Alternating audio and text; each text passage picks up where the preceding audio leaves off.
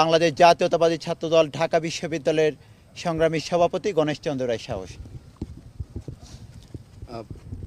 25শে March আমাদের বাংলাদেশ ঈদের জীবনে একটি ভয়াল কালো রাত। এই রাতে পাকিস্তানি হানাদার বাহিনী নৃশংসভাবে বাংলাদেশের নিরীহ ছাত্র শিক্ষক জনতাকে গুলিবর্ষণ করে মেরে ফেলেছে।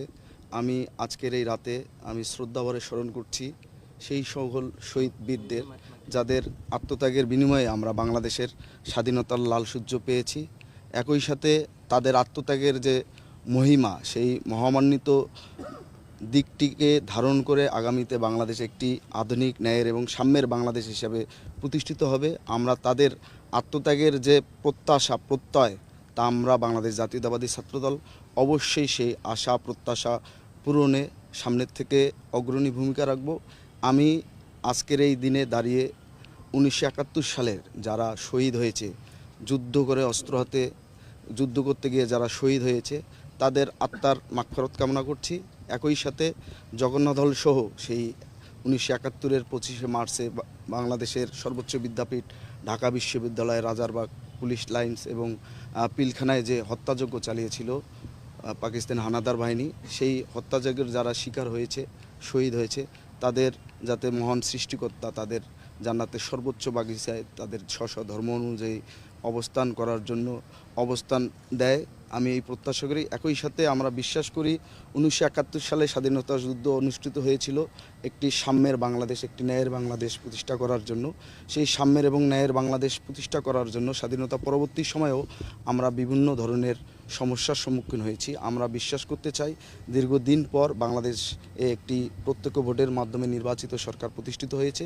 এই সরকারের উপর আমাদের প্রত্যাশা থাকবে সেই সরকার বাংলাদেশকে একটি আধুনিক সাম্যের এবং ন্যায়ের বাংলাদেশ হিসাবে বিনির্মাণে সামনের থেকে নেতৃত্ব দেবে এবং আমরা একটি ছাত্র সংগঠন হিসাবে সেই সরকারকে সহযোগিতার সর্বোচ্চ হাত বাড়িয়ে দেব এবং একই সাথে ক্যাম্পাসে যাতে মুক্তিযুদ্ধের প্রকৃত অর্থেই চেতনার চর্চা হয় এবং মুক্তিযুদ্ধকে নিয়ে কেউ যাতে কুরুচিপূর্ণ মন্তব্য না করে। মুক্তিযুদ্ধ আসলে 1971 আমাদের অস্তিত্ব, এই অস্তিত্বকে অস্বীকার করলে বাংলাদেশের স্বাধীনতা এবং সার্বভৌমত্ব অক্ষুণ্ণ থাকে না।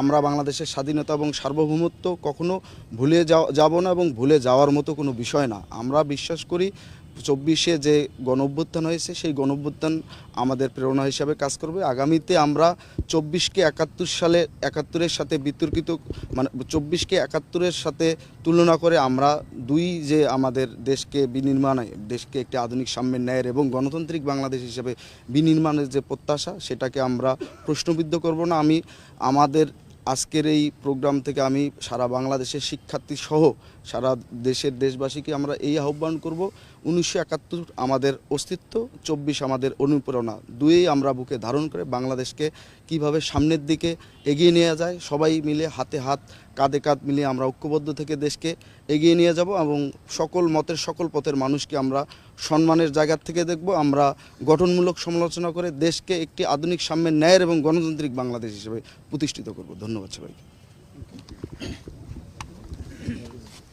ধন্যবাদ সবাইকে।